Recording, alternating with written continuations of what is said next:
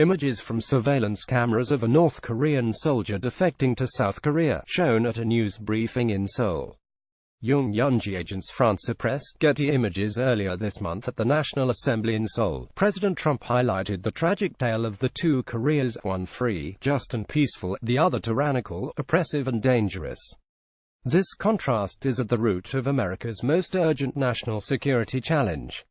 It is also now on vivid display in a South Korean hospital, where doctors are working to save a wounded and malnourished North Korean soldier who defected last week from Kim Jong-un's slave state.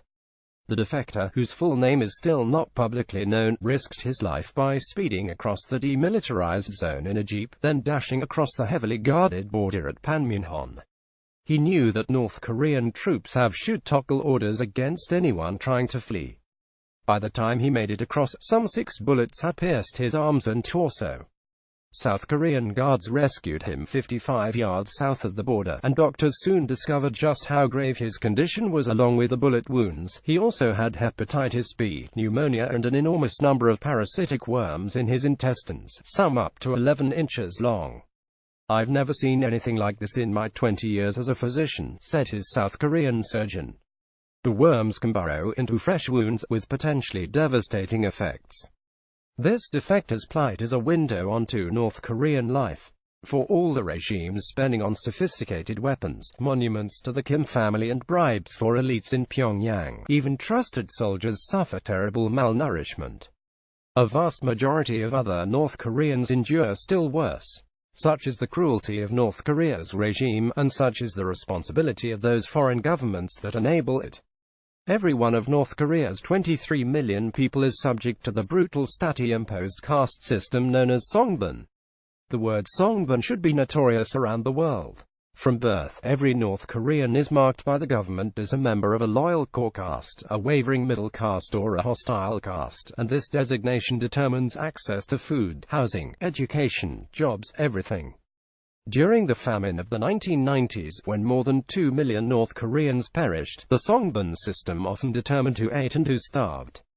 North Korea once had relatively productive heavy industry, in addition to minerals and other natural resources. But while South Korea boomed after the Korean War and became one of the world's great economies, the communist North immiserated its people. Malnutrition makes children in North Korea significantly shorter and thinner than children in South Korea. Some 30,000 North Koreans have defected, mostly in the past 2 decades, and mostly by traveling a highly dangerous route through China and eventually to South Korea. Part of the danger comes from the North Korean border guards who shoot to kill. Part of the danger comes from vicious human traffickers who lure defectors into forced labor or prostitution.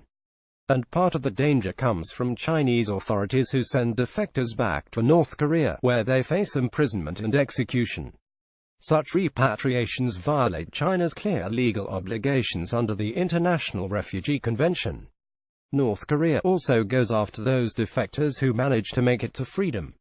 The Trump administration this week designated North Korea as a state sponsor of terrorism, partly because of assassinations of North Korean defectors and dissidents abroad, including Kim Jong-un's half-brother, killed recently with the ex-nerve agent in Malaysia. The United States will not sit idly by as a rogue regime lawlessly pursues those who have made the life or death choice to run to freedom. Kim Jong-un also sends North Koreans overseas to earn money for his regime through slave labor at mines, logging camps, construction sites and the like, especially in China. Russia also uses North Korean forced laborers, some of whom are believed to have worked on soccer stadiums for the 2018 World Cup. United Nations officials estimated that Pyongyang earns some $230 million a year this way. The Trump administration has called on China, Russia and all other countries exploiting North Korean forced labor to cease immediately. It is important to detail North Korea's human rights horrors because they lend insight into the nuclear menace we face, and into those other countries still willing to trade with and cover for the Pyongyang regime. The North is as threatening to peace in Asia as it is cruel to its own people. It is past time for all civilized nations, and certainly for all nations seeking greater respect on the international stage, to work together fully for North Korean denuclearization, belatedly but finally. As for last week's defector, when he woke up from surgery this week, he is reported to have asked to listen to South Korean songs and watch American movies, a small taste of freedom long denied. As Americans take time this week to be thankful, may we all regard our freedom as so precious. Brian H. Hook is the Director of Policy Planning and Senior Policy Advisor at the State Department. A version of this op appears in print on November 25, 2017, on page 821 of the New York edition with the headline "The Parasites Feeding on North Korea."